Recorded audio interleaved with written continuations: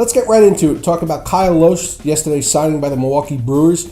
Pat, what do you think about Kyle this year?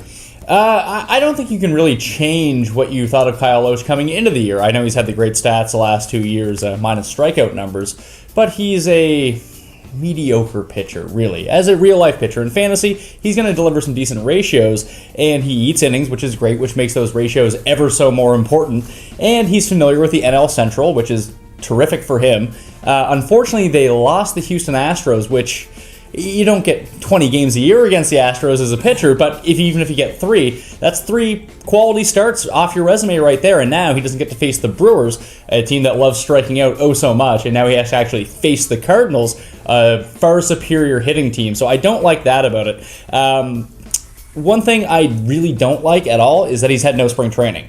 And they say he's going to miss probably his first turn, maybe second turn in the rotation and jump right in. These other guys have had 6 weeks of work. You got to think Boris had been throwing on the side. He was at high school or somewhere doing something. Yeah, but guys throw all over the winter, and it's not till they get to the spring training that they can really unleash everything. So now he only has 2 weeks of work to get in. Maybe he's fine. It worries me a little bit. Another thing that worries me is his ground ball percentage. It's dropped each of the last 2 years. He's now a 60-40 split between fly ball and ground ball. And going from St. Louis to Milwaukee at Miller Park, we've seen home runs fly out of there at a much higher rate than other ballparks. I know the park factor isn't significantly higher, but it just seems that way. You just look at what happened to Zach Greinke, a guy who was known for not giving up home runs, goes to Milwaukee, and it's a completely different story. So that could be a problem there too. And he's outperformed his expected ERA 2 straight years by a significant margin over a full run last year. So he's kind of doing it with smoke and mirrors, and that could persist. It's just not something I want to buy into. 35, maybe he's matured as a pitcher. What's the difference? How you get it out? Is it ground ball to the shortstop, fly ball to the center field? You know what? Yeah, but in fantasy, it does matter. If you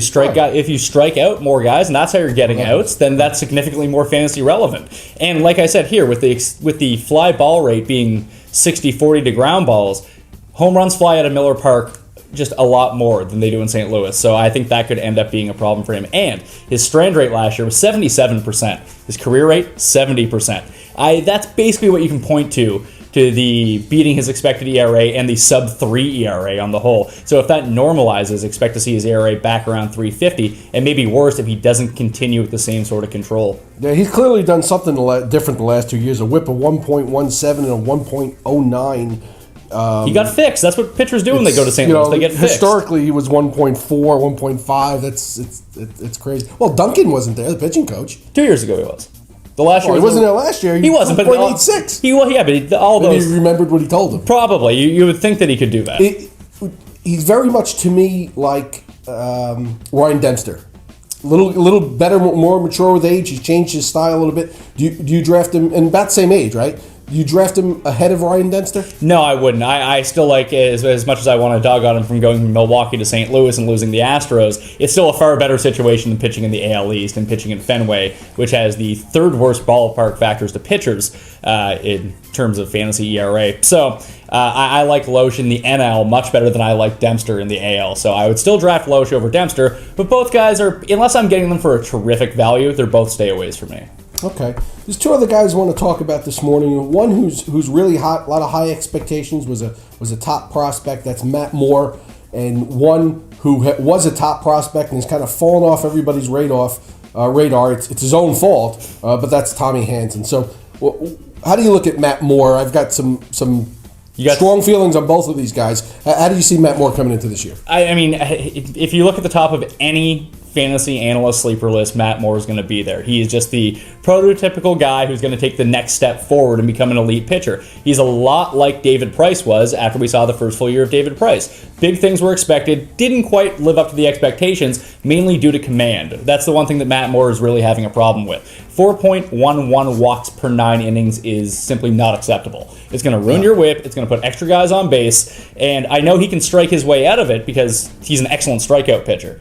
But that's something that he was a strikeout per inning last year, 175 strikeouts, 175 innings, really. Yeah, and that's what you want out of a starting pitcher, especially a guy who's, for a young guy, he's a workhorse, which is not something you'd expect. And the Rays did it the right way through the minors and the majors. His last 5 seasons, in 2008, 54 innings. 123 in 2009, 144 in 2010, 163 in 2011, and last year 177. So the slow build is there. So you can count on him being a 200-inning pitcher this year. No case of injuries whatsoever. His fastball velocity is just terrific. Tops out at 99, averaging 94. That's crazy. And when you consider that, he can top out at 99, and his changeup goes all the way down to 76. Averages around 85, but that discrepancy is this is why he strikes guys out. I don't care how he throws, how fast, how slow. If you don't throw it over the plate, don't make a difference. Here's my problem with him. You said no case of injuries. Listen, and this comes from playing the game.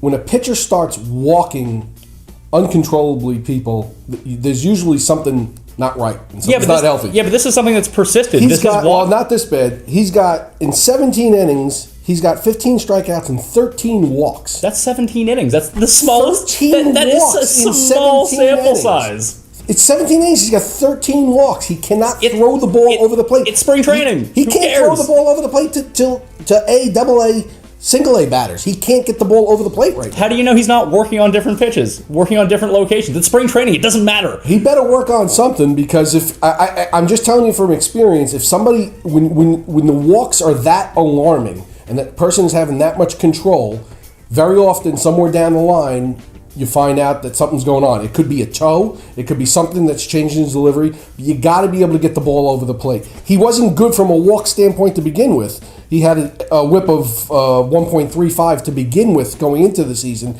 and that was last year. He's going the wrong way.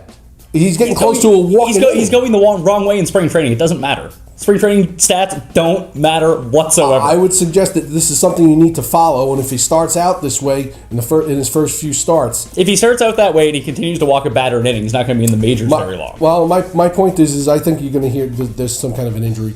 I know. I just the walk rate has always been a problem for him. He's shown no injuries in the past, so I don't see why this would be a problem now due to injury instead of Let's move on to the next guy. Okay. Tommy Hanson.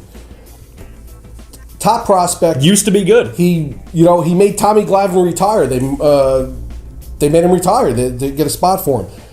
He stunk up the joint last year. He's been getting progressively worse. 4.48 ERA. They shipped him off now to a great team. Yesterday, I noticed he had 9 strikeouts, no walks. This is the total opposite than I suggested with Matt Moore. He's somebody who had injury problems, had shoulder problems. They changed his delivery. He couldn't crack 90. It wasn't working for him at all. He's still barely cracking 90. I don't know what the gun was yesterday. 91 was the tops. If you miss bats, if you're missing bats, something's happening. And if you're missing bats and not walking anybody, you've got control too. What I'm suggesting here is Tommy Hanson might finally be healthy, and there may be a sleeper waiting in the wings here. He's on a great team. He's going to have a great offensive supporting cast. And I think he's somebody who, if you can pick him up for $1 or $2 near the end of your draft, is well worth picking him up, because right now, I don't know anybody who would touch the guy. And they would be completely right not to touch the guy. He has velocity issues, and that is his biggest problem. When he was good, as little as 3 years ago, he was all right. He was striking guys out, and the walks were coming down. Since then, his max velocity on his fastball has dropped from 97 to now 91 in spring training. It was 93 last year was his max. So that's not very good. And his average fastball velocity has dropped from 93 to 89 over the course of those 3 years. Each of those years, he's been injured. So he's an injury risk just to start off with. And his walks have gone up 3 straight years. His Ks per 9 have dropped 3 straight years. It's a good thing I'm not looking to draft him last year or the year before. And now he's moving from the NL to the AL. That's not good. They're putting major leagues out there in spring training right now. He's missing bats. He's throwing the ball over the plate. I'm suggesting that he's healthy. He might be back to the form that he was pre-injury, and I think he's a good pick. Look, I wouldn't pay up for him. You shouldn't pay anything for him. He's not even worth a waiver wire bid.